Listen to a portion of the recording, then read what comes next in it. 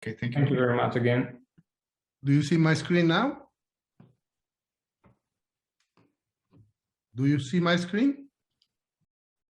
Yes. We see your screen. Okay, I go into presentation mode and I hope you see it. All right. Okay, so I'm talking about these, Costas introduced things quite nicely. I will use some things that he said and I will show some other results that we have collected recently. So to start with something that is well known is that when you take the power spectra of these systems, you can decompose it in multi-Lorentzian. So you can fit many Lorentzians to the power spectra. This is known from the 2000 Novak's paper. The thing that is important to notice here is that the frequencies of these Lorentzians correlate with each other. This is the Weynants and van der Klis correlation and the Psaltis et al. Correlation. And they also correlate to spectral properties of the source, like gamma, for instance, in this case, reflection fraction in this other case, taken from those papers. And the lag also correlates with spectral properties. So all the things correlate with each other, the frequencies correlate with each other and correlate with spectral properties. So let me give the first conclusion of my paper, well, it's not a conclusion, it's a takeaway message, that these QPOs, these Lorentzians that we use might look phenomenological, but they have most likely a physical meaning beyond that. And one conclusion is that if you want to measure the lags of the broadband noise component, what people would call the broadband noise component, you have to tell me where you can measure the broadband component if the broadband component consists of these Lorentzians.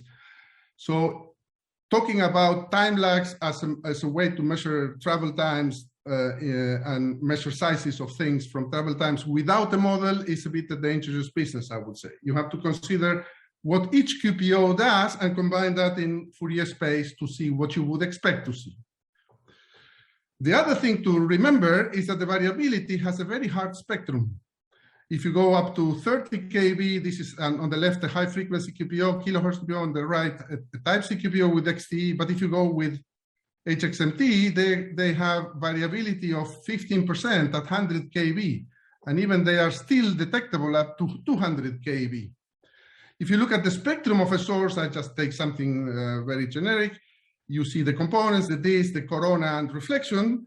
But to notice here is that energy is about 5 kb or so, corona is 1,000 times the emission of the disk. And at about 100, 200 kb, the corona is 10 times the reflection.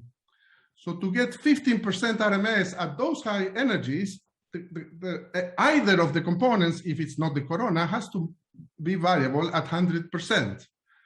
So the conclusion to me in this case is that the radiative mechanism of the QPOs has to be quantization. I don't say anything about the dynamical origin of the QPO, so where the frequency comes from.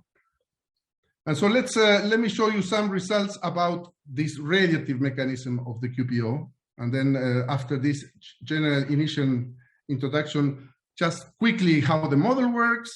And you have X-rays coming from the disk that get inverse Compton scattered to the observer, but some of the photons get back to the disk and get back to the corona.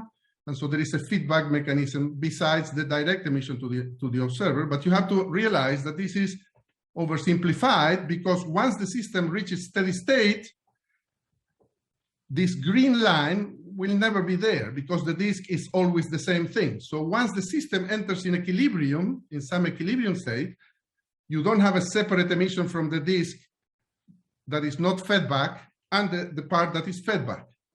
So if you think of this in sort of a block diagram, like an engineering, you put something from the disk into the corona, part of the corona goes back to the disk and gets added again to the corona, and the cycle goes, and eventually you get something in the output, but you only get one output.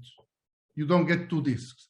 And one other thing that Costas mentioned is you need to put some power into the system, because the corona is dissipating, is transferring energy to the photons, and so it's cooling down. And you have to keep it running if you are in steady state.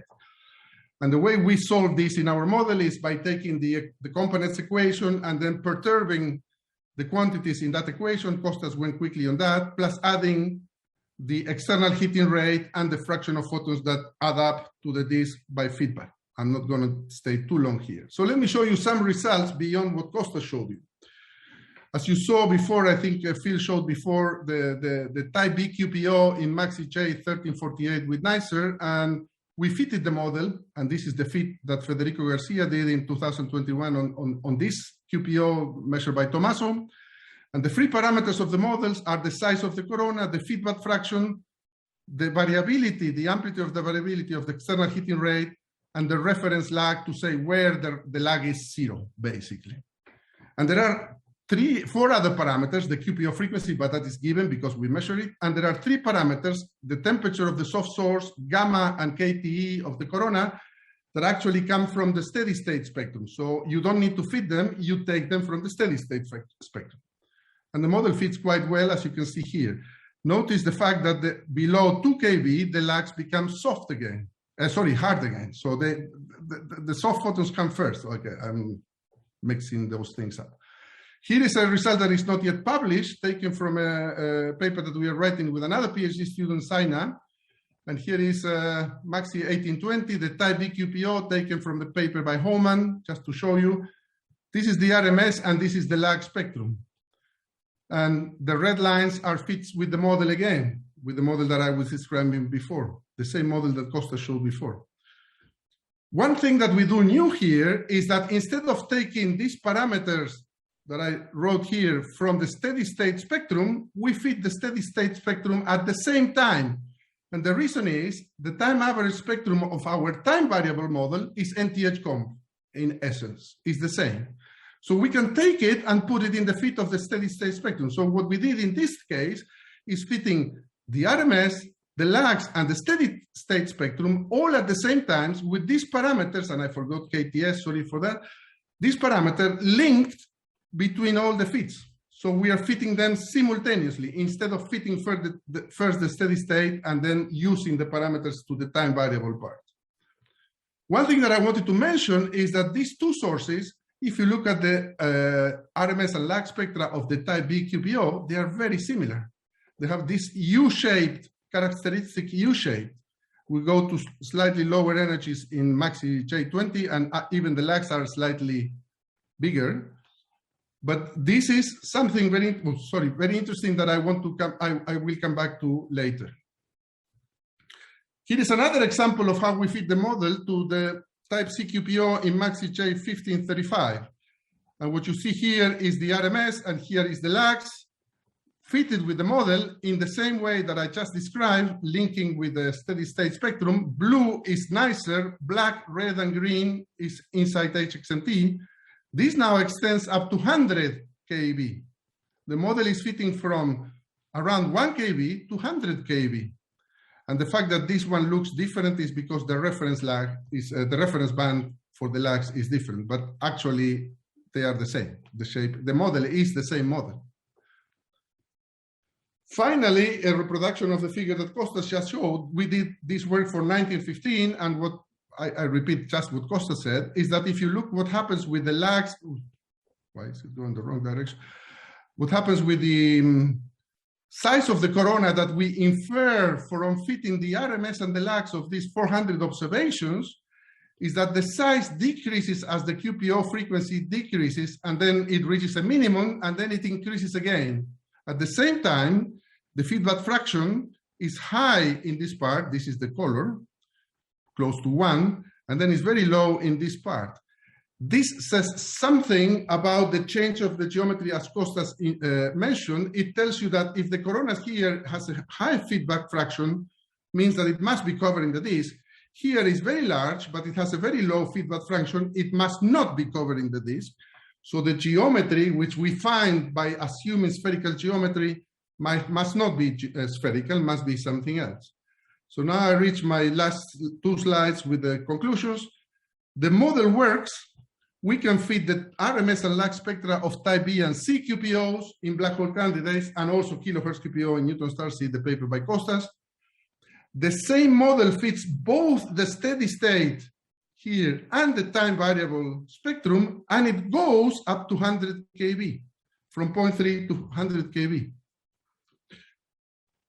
These feeds provide information that without the time variable part, we could not access, because from the time average spectrum, we don't know the size of the corona, or we don't know what the properties of the accretion flow are, because we don't know the feedback, for instance, between corona and disk. I don't show it here, but we submitted a paper where we tried to connect this with the jet in 1915, and I hope it will come out soon, if the referee allows us. And then a note is that the type B QPO in two sources have lags that are remarkably similar, with a minimum at almost the same energy.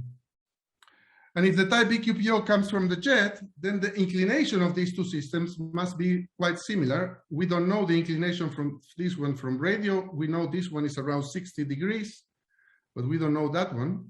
But if you start collecting more sources that show the same shape, it will be a bit too coincidental that they all have the same inclination. So perhaps the type B QPO is not related to the jet.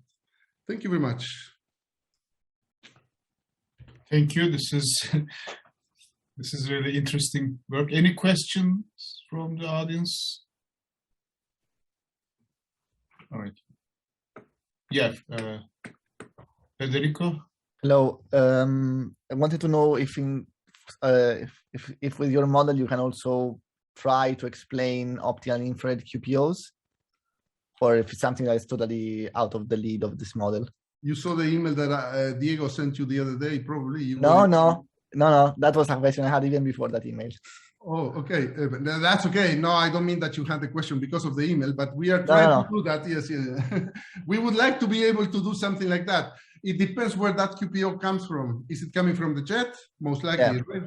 So yes, and I didn't spend too much time explaining that, but let me go to that slide. What we think is happening here is that here the corona is the jet. Okay. And so it might be something that we could explain there. I'm giving away too much information for a paper that is not yet accepted. But okay, we can discuss it. We can continue. Yeah, sure, Federico, sure. Yeah. Okay, thank you. Can it also be part of the? I mean, can the model parameters be part of the? For example, some sort of a lamppost model and try to explain the reflection spectrum as well, or is it something? We don't have, our model is very simple. It's embarrassingly simple to say. So I put this figure, but we assume, as Costa showed, that we have a spherical corona. And the reason we have a spherical corona is not because we believe it is spherical, but it's because we can then solve the equation. He could solve the equations semi-analytically, other ones you cannot. But it's very simple, and we don't have any reflection or any reverberation, nothing. And we agree that something has to be there. I don't say that it cannot be there, but we don't have it. But what we say is that the model already fits the data quite well, and the lags that reverberation produce are, I don't know, a factor of 10 smaller than the ones that you see at the QPO. So most likely the effect is not a big one, but okay, it could be there. Mariano, I'm kind of, this is Dimos Kazanas again. Yeah, any notion of what is the nature of the QPO? Because as I mentioned earlier to Kostas's address, I kind of feel very comfortable with the everything becoming smaller as the QPO frequency increases. But now this upsets the cart. Your last figure, or Kostas's figure, the QPO frequency goes up, but then the corona becomes larger. I feel uncomfortable with that, but that's why I have to get some kind of qualitative picture. What causes the QPO in that sense? It's not an oscillation, right? It is. We don't say where the QPO comes. To me, it could be lens steering. I like lens steering. This is the frequency, the lens steering radius. So if you take the frequency of the QPO and use lens steering, you can calculate what would be the inner radius of the disk is this line here. Oh, I see. Okay. That's what we are saying is that the QPO frequency is doing that. So as you just say, smaller radius, larger frequency, but the corona is not following through. The corona here is large, and I don't need the feedback that you have. There is a color blue that has high feedback. What does that mean? There's more energy put in the corona? No, it means that the corona is surrounding Feedbacks on the disk. surrounding the disk, and so it's a lot of photons from the corona come back to the disk. I see. Okay. We have much more information in the paper. We are waiting to see what happens. But for instance, the corona here is much hotter than the corona here, if I'm not mistaken, Fede. Okay, that makes sense. That makes sense. All right. Right, thank you. Thank you I very think much. there's one more question, but maybe Mariana, you can answer it by writing because we need to move on. Perfect. I'll stop sharing. Thank you. Answer privately. I apologize. I'll We do can that. also- Yes. Thanks. Okay.